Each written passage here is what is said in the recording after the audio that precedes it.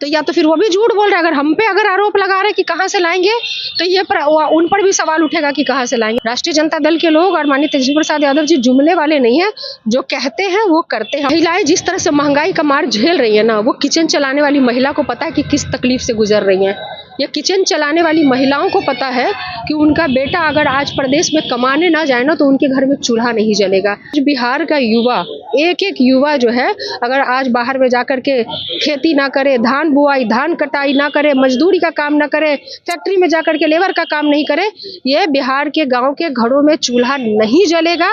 ये बिहार की हकीकत है। तुम्हारे सुहाग को, तुम्हारे पुत्र को हमने कमाने के लिए बाहर भेज दिया, उसके लिए बिहार में 2 वक्त की रोटी नहीं है। इस वक्त पे महिलाओं का कि माओ के बारे में ना बोले ऐसा कि माएँ और बहनें को बोलना और पहनना नहीं आता था और कहना नहीं आता तो आप गवार, बदसूरत, बिना कपड़ों के आप नहीं बता सकते हो। किसानों की आय दुगनी नहीं, उनका व्यय जरूर 4 गुना बढ़ गया। किसान जो है सो 20 रुपए 30 रुपए किलो आलू खरीद के लगाए, उस पर मेहनत किया, सिंचाई किया, बुआई किया, आलू को उखाड़ा, बाजार तक पहुंचाया, उसको कीमत क्या मिल रही है। किसानों से क्या कहेंगे, किसानों से क्या कहेंगे कि हमारा पतियों के, अडानी के, अंबानी के कर्जे माफ कर सकते हैं, मगर तुम्हारे 50,000 और 1 लाख के कर्जे हम माफ नहीं करेंगे। क्या कहेंगे वो किसानों से? कहाँ गया किसानों की आय दुगनी? कहाँ गया महंगाई कम करना? कहाँ गया बेरोजगारी?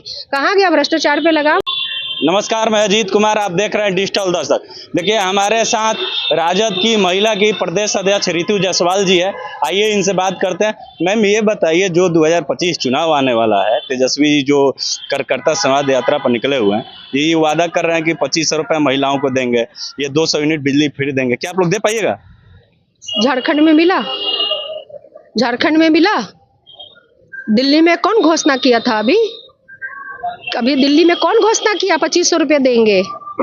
तो किस आधार पे किए हैं? तो जिस आधार पर दिल्ली वाले सत्ता में आने के लिए घोषणा किए हैं, हाँ, तो या तो फिर वो भी झूठ बोल रहे हैं। अगर हम पे अगर आरोप लगा रहे हैं कि कहाँ से लाएंगे, तो ये उन पर भी सवाल उठेगा कि कहाँ से लाएंगे। और रही बात कि ऐसा नहीं है कि नहीं दिया गया है। झारखंड में भी घोषणा हुई और वहाँ पर दिया गया मैया सम्मान योजना, और कई प्रदेशों में देखने को मिला कि महिलाओं को जो घोषणा हुई वो मिला है।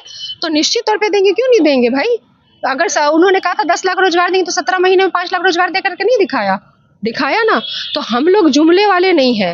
राष्ट्रीय जनता दल के लोग और माननीय तेजस्वी प्रसाद यादव जी जुमले वाले नहीं है, जो कहते हैं वो करते हैं। और जो कहा, वो मौका जब उनको मिला सत्ता में आने का, तो वो किया। उसका एग्जाम्पल जो है वो 5 लाख रोजगार है जो उन्होंने दिया नौकरी। उन लोग का आरोप है कि माननीय मुख्यमंत्री नीतीश कुमार जी के हैं, केवल श्रेय ले रहे हैं राजद और तेजस्वी जी। साथ में गठबंधन में थे या नहीं थे? पहली बात। दूसरी बात यह कि जब ऐसा ही था तो 17 ही महीना में क्यों हुआ? पहले कर लेते। नीतीश कुमार जी ने पहले क्यों नहीं किया? पहले तो उन्होंने ये कहा कि कहाँ से लाओगे, बाप के यहाँ से लाओगे, कहाँ से ला करके दोगे 5 लाख 10 लाख रोजगार की जो तुम बात कर रहे हो। तो उन्होंने तो 17 महीने पहले वो कहा था।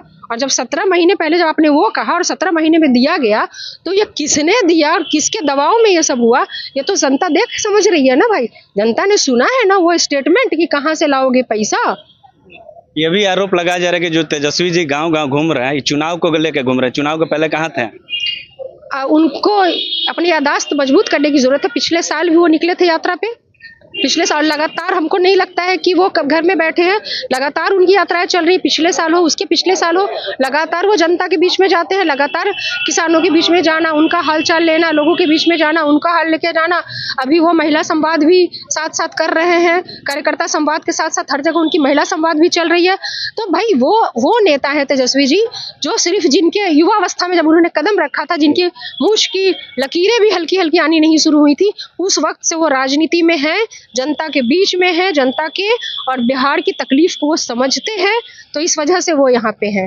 कहीं ना कहीं देखिएगा कि सत्ता पक्ष के लोगों का कहना है कि जितनी आधी आबादी जो महिलाओं का है वो एनडीए खास करके नीतीश जी के साथ है। क्या आपको लगता है कि आपकी तरफ आएंगे? देखिए, ये जो है ना, महिलाएं जिस तरह से महंगाई का मार झेल रही है ना, वो किचन चलाने वाली महिला को पता है कि किस तकलीफ से गुजर रही हैं। या किचन चलाने वाली महिलाओं को पता है कि उनका बेटा अगर आज प्रदेश में कमाने ना जाए ना, तो उनके घर में चूल्हा नहीं जलेगा। महिलाएं ये सवाल पूछेंगी जब ये एनडीए वाले वोट मांगने जाएंगे कि तुम्हें वोट यहाँ चाहिए तो हमें नोट यहाँ चाहिए। और अगर तुम्हें वोट नहीं दे सकते तो हम तुमको वोट यहाँ चाहिए तो हमको नोट मतलब रोजगार यहाँ चाहिए। तुम 2 वक्त की रोटी तो दे नहीं पा रहे हो और बात कर रहे हो विकास की, बात कर रहे हो प्रगति की। आज बिहार का युवा, एक युवा जो है, अगर आज बाहर में जाकर के खेती ना करे, धान बुआई धान कटाई ना करे, मजदूरी का काम ना करे, फैक्ट्री में जाकर के लेबर का काम नहीं करे, ये बिहार के गाँव के घरों में चूल्हा नहीं जलेगा। ये बिहार की हकीकत है।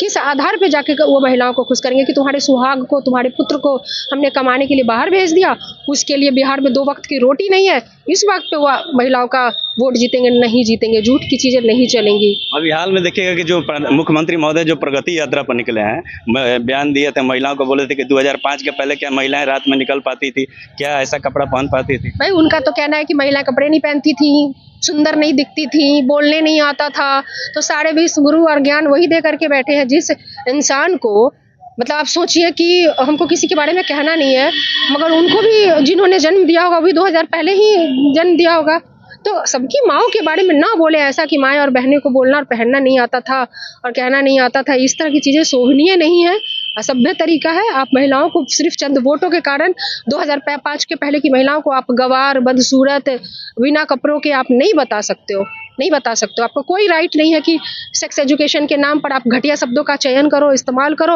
और सदन में ऐसे भाषण दो। हर चीज को बोलने और बात करने का एक तरीका होता है। उनको वोट लेना है ले, लेकिन इस तरह से ना ले कि 2000 पहले महिला कपड़ा नहीं पहनती थी, वो सुंदर नहीं दिखती थी, उनको बोलने नहीं आता था, कुछ था जी, ऐसे नहीं होता।